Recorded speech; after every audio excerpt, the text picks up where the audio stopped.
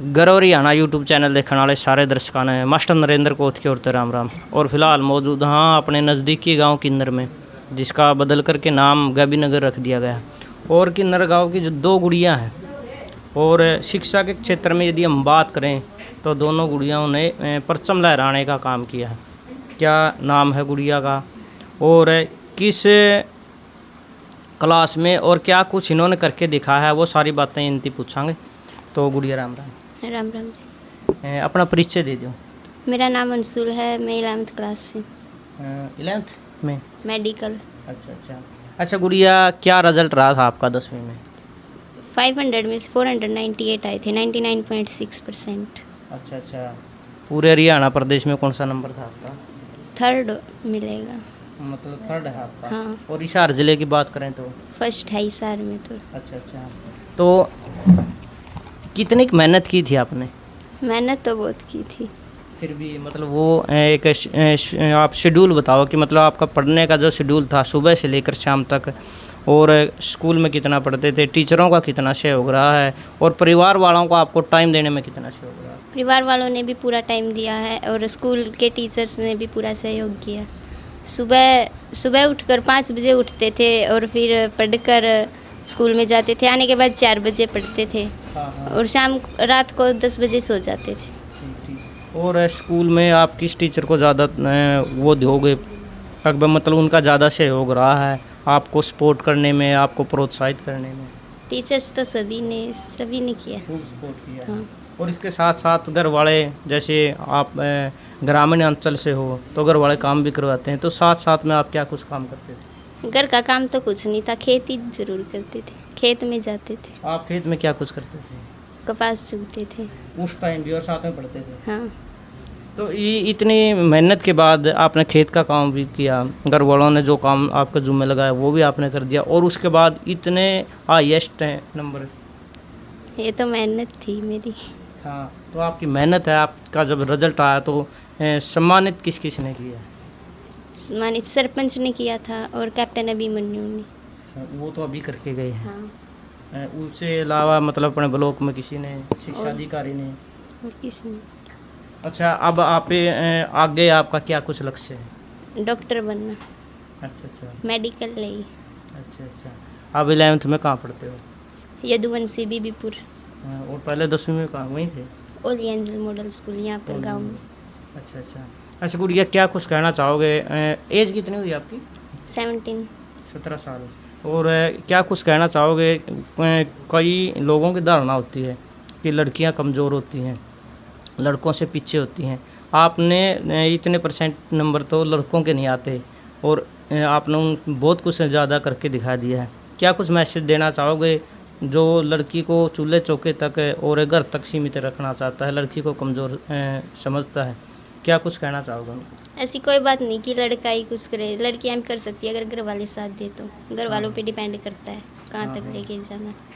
और एक मैसेज, ताकि ज़्यादा से ज़्यादा लड़कियां स्टडी में, खेलों में और घर से बाहर निकल करके, एक दायरा होता है इनका जो, उससे आगे जा कर के कुछ करके, जैसे कल्पना चावला जी, महादेवी वर्मा जी, जैसे सुभद्रा कुमारी चौहान जी, जिन्होंने मतलब पूरे हरियाणा ही नहीं पूरे हिंदुस्तान में अपना नाम चमकाया है, उसी तरीके से वो भी मतलब अपने गांव का, अपने देश का नाम रोशन करें। क्या केवल पढ़ाई पर फोकस नहीं करना चाहिए, जो स्कूल में और एक्टिविटी हैं जैसे स्पीच देना, खेल वगैरह, उनमें भी लेना चाहिए, पार्टिसिपेट करना। हाँ, इनसे मतलब नेतृत्व के गुण आते हैं। हाँ।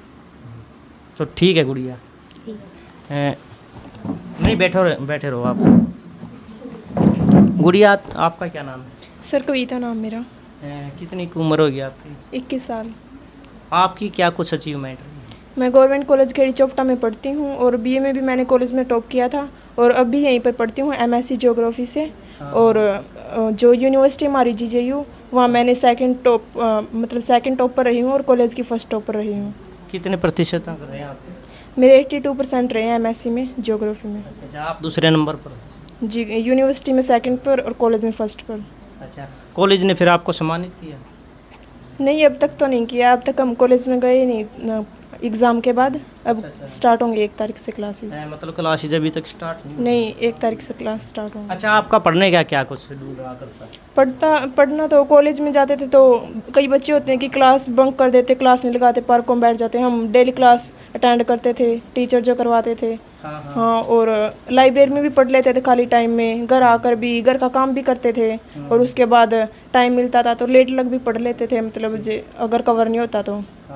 गुड़िया, एक बात और है कि मतलब जब 12वीं तक बच्चा पढ़ता है, उसके बाद जब कॉलेज लाइफ में जाते हैं तो एक अलग सी हवा लगती है, क्योंकि 12वीं तक अपने आप को बंदिश में मानते हैं। उसके बाद कॉलेज जो लाइफ है वो एकदम से चेंज होता है, तो वहाँ पर आपको मतलब ऐसे हैं लेग पुलिंग, टांग खींचने वाले भी मिले होंगे कि सारा टाइम पढ़ती रहती है। आपके साथ वाली भी लड़कियाँ ने बोल दिया होगा, तो ऐसा क्या कुछ अनुभव रहा आपका कॉलेज लाइफ का? हाँ, हम कॉलेज में गए तब पढ़ते थे तो लड़कियां फ्रेंड भी बोल देती थी कि सारा दिन पढ़ती रहती है, क्या करती है, कभी तो हमारे साथ भी बात कर लिया कर। लेकिन मेरा ध्यान पढ़ाई पर ही रहता था, और कॉलेज में भी फ्री टाइम होता तब लाइब्रेरी में बैठ जाती थी। मैंने क्लास कभी बंक नहीं की है, क्लास रेगुलर लगाई है। और सांस्कृतिक गतिविधियों में क्या कुछ? इनमें भी मेरी कॉलेज में 2 बार पार्टिसिपेट किया। एक बार तो बीए में मेरी 3rd पोजीशन आई थी डांस में, और अभी एमएससी में भी डांस में मेरी, जो हम 2 लड़कियों ने साथ में किया था, मेरी 3rd पोजीशन आई थी। और खेल कूद जो गतिविधियाँ? खेल कूद में तो स्कूल तक खेलते थे, बट कॉलेज में नहीं खेले हैं। हाँ, तो मतलब स्पीच दे देते हैं, सॉन्ग गाया था, उसमें भी मेरी एक बार 2nd पोजीशन आई थी कॉलेज में। ठीक। और गुड़िया, जैसे आपका पढ़ने का जो रूटीन है वो घर पे घर वालों का, परिवार वालों का सहयोग है, और सुबह से जैसे शाम तक क्या कुछ रूटीन रहा करता आपका? रूटीन तो सुबह 5 बजे मतलब एग्ज़ाम टाइम में तो 4 बजे उठ जाते थे, 6 बजे तक पढ़ते थे, और उसके बाद तैयार होकर कॉलेज चले जाते थे, और उसके बाद कॉलेज में क्लासेस अटेंड करते थे, और घर आने के बाद भी टाइम मतलब कि 4-5 बजे तक तो घर का काम करवाते थे। उसके बाद 8 बजे तक पढ़ते थे, और उसके बाद खाना खुना लेके ना, उसके बाद फिर मतलब रात में 12 बजे तक भी पढ़ते थे।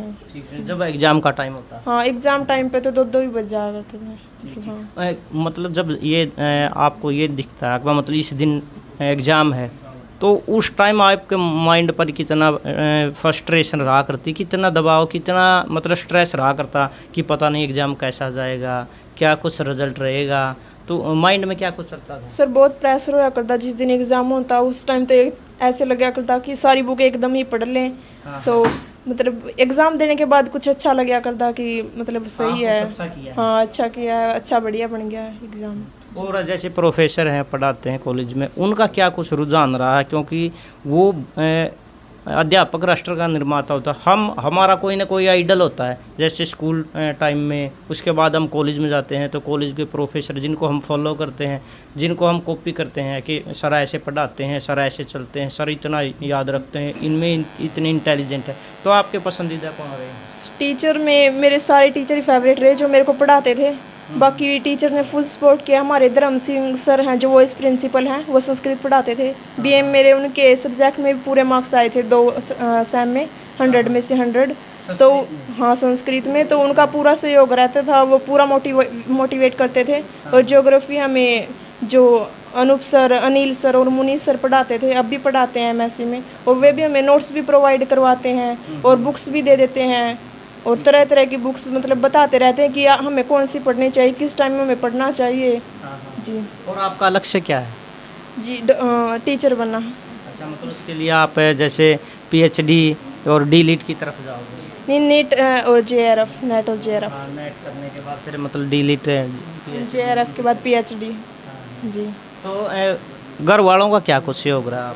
घर वालों का भी पूरा सपोर्ट मिला है। पापा ने भी पढ़ने के लिए भेजा है बाहर। पापा ने +2 के बाद बोला कि आगे पढ़ो, कुछ करके दिखाना है। मैं तो खेती में लग गया हूँ, आप तो कुछ अलग करो। और मम्मी भी काम में, मतलब काम होता ना ज़्यादा तो बोल देती थी कि तुम तो पढ़ लो, मैं अपने आप कर लूँगी। और मतलब आप साथ में घर का, बाहर का कितना काम करवाते हो घर वालों का? देखो सर, काम तो सारा करवाते हैं, घर का भी कर लेते हैं और खेत का भी कर लेते हैं साथ में। हाँ, क्योंकि हम किसान मजदूर के घर पैदा हुए हैं, तो हमारा नेचर में ही है ये एक बार काम करना। जी हाँ, सारा काम कर लेते हैं, घर का भी और खेत का भी। हाँ, नहीं अब मतलब मम्मी करती वैसे तो, लेकिन जब मम्मी कहीं बाहर चली जाए तो उस टाइम पे, खेत में चली जाए तो उस टाइम पे कर लेते हैं। तो क्या कुछ मैसेज देना चाहोगे आप, क्योंकि इतना अच्छा रिजल्ट रहा आपका, और साथ में जो ग्राम पंचायत है किन्नर गाँव की, आपकी पोजीशन आई तो इनका क्या कुछ मान सम्मान रहा है? इन्होंने तो कोई मान सम्मान नहीं किया, बट मैं यही कहना चाहूँगी कि कॉलेज में जाते हैं ना जब बच्चे स्कूल के बाद, तो थोड़ा मिस भी हो जाते हैं, तो संगत का भी असर रहता है। जी हाँ, संगत का भी असर होता है। ऐसा बच्चा मिल जाए जो पढ़ने से उन्हें भटका देता है, और खुद भी बच्चे क्लासेस अटेंड नहीं करते, टीचर भी बोलते तो भी नहीं करते, हमने देखा, हम जाते हैं। तो बस यही कहना चाहूँगी कि जब कॉलेज में जाओ अच्छे से पढ़ाई करो, क्लासेस भी अटेंड करो, क्लास अटेंड करेंगे तो कुछ सीखने को भी मिलेगा। जी हमारी तरफ से ढेर सारी शुभकामनाएं आप दोनों को।